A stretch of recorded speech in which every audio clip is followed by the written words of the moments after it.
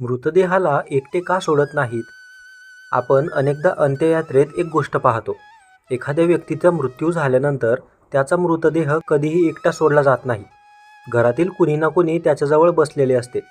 त्यानंतर जेव्हा अंत्ययात्रा निघते तेव्हा मृतदेहाला अर्थीवर घट्ट दोरीने बांधले जाते आणि त्याचे दोन्ही पायांचे अंगठे एकत्र बांधले जातात.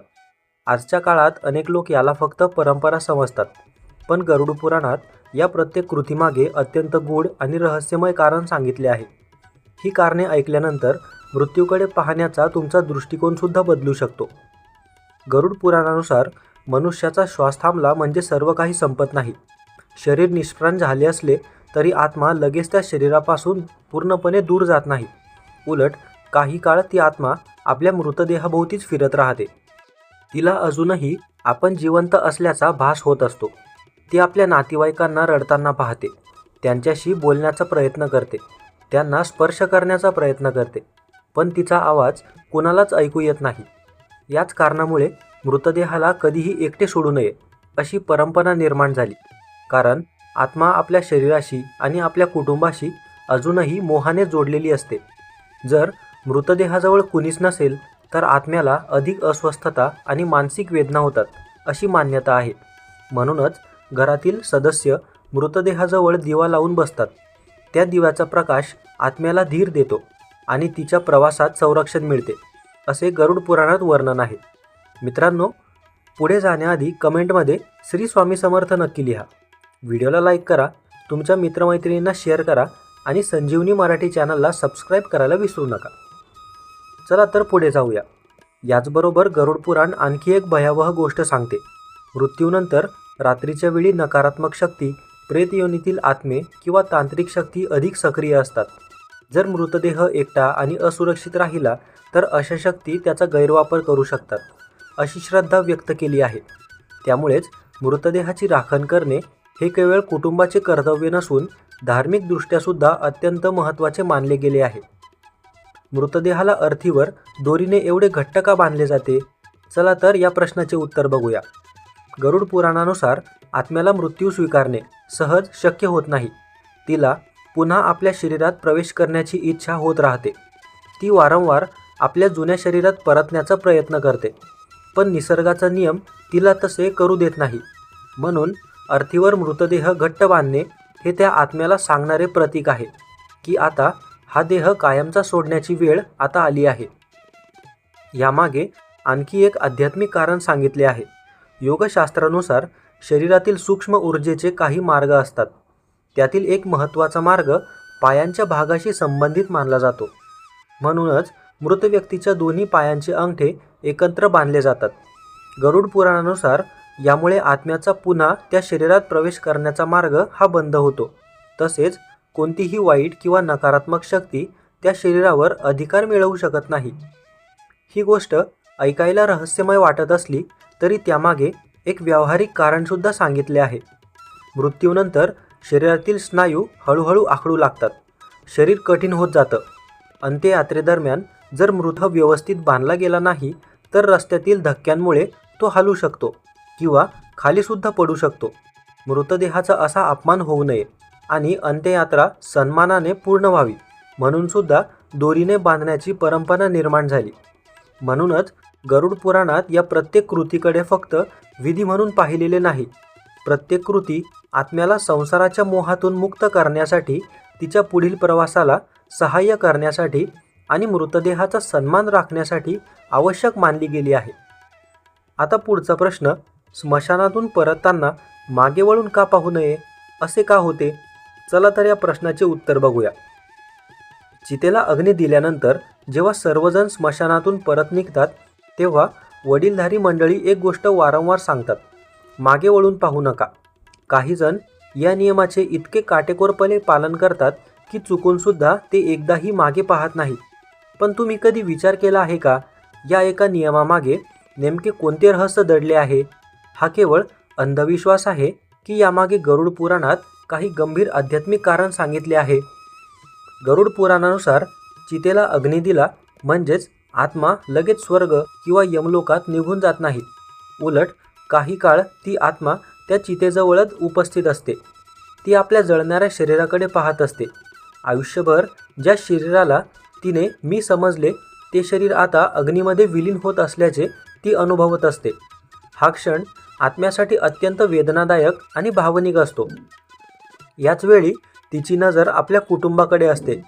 आई, वडील, पत्नी, मुलं, भाऊ, बहीण ज्यांच्यासाठी ती आयुष्यभर जगली ते आता तिच्यापासून कायमचे दूर जात आहेत.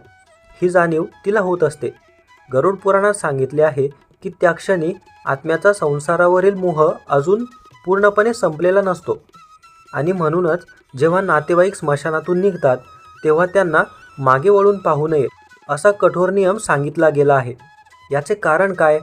कारण गरुड पुराणानुसार जर एखाद्या व्यक्तीने मागे वळून चितेकडे पाहिले तर त्या आत्म्याला असा भास होतो की माझे लोक अजूनही मला सोडायला तयार नाहीत. त्यांचा माझ्यावर अजूनही तितकाच मोह आहे.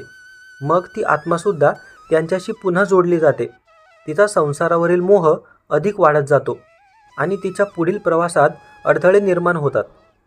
गरुड पुराणात याचे वर्णन अतिशय भावनिक पद्धतीने केले आहेत. आत्मा आपल्या प्रिय व्यक्तींच्या मागे जाण्याचा प्रयत्न करू लागते. ती त्यांच्यासोबत पुन्हा घरी प्रयत्नाचा प्रयत्न करते, पण आता ती अदृश्य असल्यामुळे कोणालाच तिचे अस्तित्व जाणवत नाही. याच अवस्थेला काही ठिकाणी प्रेतभाव असे सुद्धा संबोधले आहे. म्हणूनच मागे न पाहणे म्हणजेच त्या आत्म्याला एक निशब्द संदेश देणे असते. तुझा या जन्मातील प्रवास इथे संपला आहे. आता पुढे जा आणि संसाराचा मोह इथेच सोडून दे. हा नियम कठोर वाटतो, पण गरुड पुराण सांगते की हेच आत्म्याच्या कल्याणासाठी खूप जास्त आवश्यक आहे. आणि याच कारणांमुळे अंत्यसंस्कारानंतर घरी परतताना काही विशिष्ट शुद्धीकरणाच्या कृती या केल्या जातात. घरात थेट प्रवेश न करता प्रथम हातपाय धुतले जातात. काही ठिकाणी कडुनिंबाची पाने चावली जातात, तर काही ठिकाणी अग्नी, पाणी, लोखंड किंवा दगडाचा स्पर्श करून मगच घरात प्रवेश केला जातो. गरुड पुराणाच्या मते या कृती केवळ बाह्य शुद्धीसाठी नाहीत, तर मनाला सुद्धा सांगतात की आता मृत्यूचा प्रसंग मागे सोडून जीवनाकडे पुन्हा वळण्याची वेळ आली आहे. शोक कायम मनात ठेवू नये, कारण आतोनात शोक आणि सततचा विलाप यामुळे आत्म्यालाच अधिक वेदना होतात असे त्यामध्ये नमूद केले आहे. आणखी एक महत्त्वाची गोष्ट गरुड पुराणात सांगितली आहे. मृत व्यक्तीचे नाव सतत घेत राहणे, त्याला हाक मारणे किंवा दिवसरात्र त्याचाच विचार करत रडत बसणे यामुळे त्या आत्म्याचा संसारावरील मोह कमी होत नाही. ती पुढील प्रवासाकडे जाण्याऐवजी पुन्हा आपल्या कुटुंबाभोवतीच घुटमळत राहते अशी धार्मिक मान्यता आहे. आणि म्हणूनच हिंदू धर्मात दुःख व्यक्त करण्याबरोबरच 13व्या दिवसांपर्यंत पिंडदान, तर्पण आणि इतर विधींना महत्त्व दिले गेले आहे.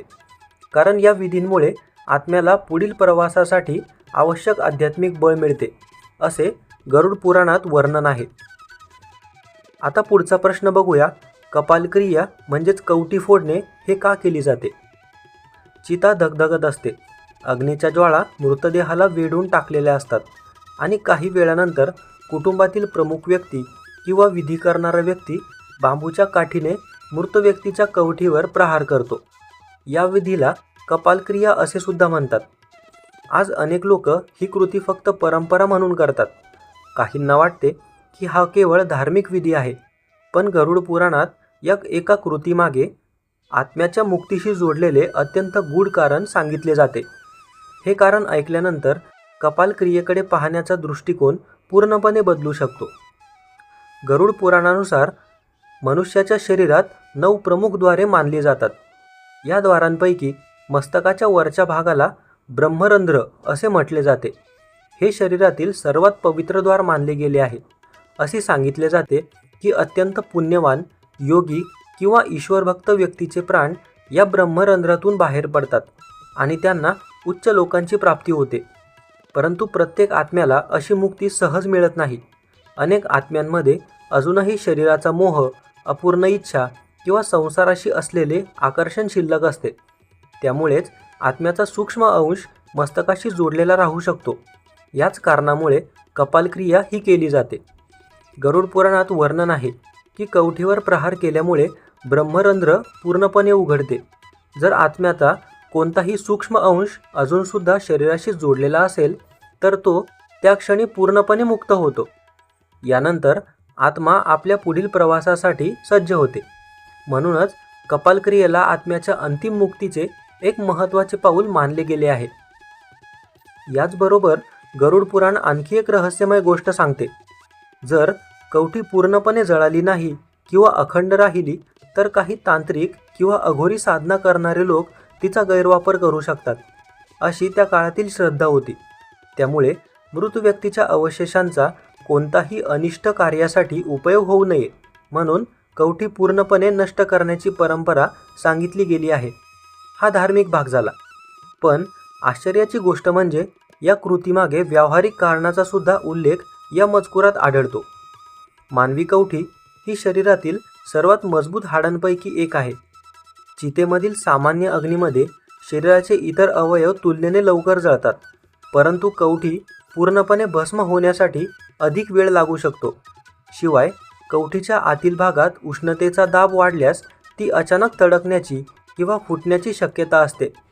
त्यामुळे बांबूच्या काठीने कवठीला तडा दिल्यास अग्नी आतपर्यंत पोहोचतो आणि संपूर्ण शरीर पंचमहाभूतांमध्ये विलीन होण्याची प्रक्रिया अधिक पूर्ण होते, असा या मजकुरात सांगितले आहे. मात्र गरुड पुराणाचा संदेश केवळ या विधींपुरता मर्यादित राहत नाही. मित्रांनो, पुढे जाण्याआधी कमेंटमध्ये श्री स्वामी समर्थ असे नक्की लिहा. व्हिडिओ आवडल्यास व्हिडिओला लाईक करा, तुमच्या मित्रमैत्रिणींसोबत शेअर करा आणि संजीवनी मराठी चॅनलला सबस्क्राईब करायला विसरू नका. त्यामध्ये पुढे सांगितले आहे की अंतिम संस्कार पूर्ण झाले म्हणजे आत्म्याचा प्रवास संपत नाही. मृत्यूनंतर आत्मा काही काळ आपल्या घराभोवतीच राहतो. या काळात कुटुंबियांनी केलेले पिंडदान, तर्पण आणि श्राद्ध हे तिच्या पुढील प्रवासासाठी आवश्यक मानले गेले आहे. या विधींमुळे आत्म्याला सूक्ष्म शरीर प्राप्त होते आणि ती यमलोकाच्या प्रवासासाठी सक्षम होते, असे गरुड पुराणातील वर्णन आहे. यानंतर आत्म्याला यमदूत घेऊन जातात. चित्रगुप्त प्रत्येक कर्माचा लेखाजोखा मांडतात. त्यानंतर यमराज न्याय देतात. आयुष्यात केलेल्या पापपुण्यानुसार स्वर्ग, नरक किंवा पुढील जन्माचा निर्णय होतो, असे या ग्रंथात स्पष्ट केले आहे. मृत्यू हा प्रत्येकाच्या आयुष्यात अटळ आहे, पण मृत्यूची भीती कमी करण्याचा एकच मार्ग आहे: सत्कर्म, दान, धर्मपालन, सत्य आचरण आणि ईश्वरभक्ती. जो मनुष्य संपूर्ण आयुष्यभर प्रामाणिकपणे जगतो, दुसऱ्यांना मदत करतो, गरजूंचे दुःख दूर करतो आणि ईश्वराचे स्मरण करतो, त्यासाठी मृत्यू हा अंत नसून एका नव्या आध्यात्मिक प्रवासाची सुरुवात ठरते, असे गरुड पुराणात सांगितले आहे. म्हणूनच मृतदेहाला एकटे न सोडणे, अर्थीला बांधणे, मागे वळून न पाहणे किंवा कपालक्रिया करणे हे सर्व विधी केवळ रूढी म्हणून मांडलेले नाहीत. गरुड पुराणाच्या कथानुसार हे आत्म्याला संसाराच्या मोहातून मुक्त करून तिच्या पुढील प्रवासासाठी सहाय्य करणारे टप्पे आहेत.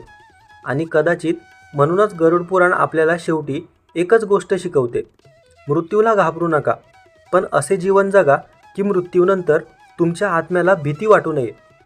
संपूर्ण व्हिडिओ बघितल्याबद्दल खूप खूप आभार. धन्यवाद.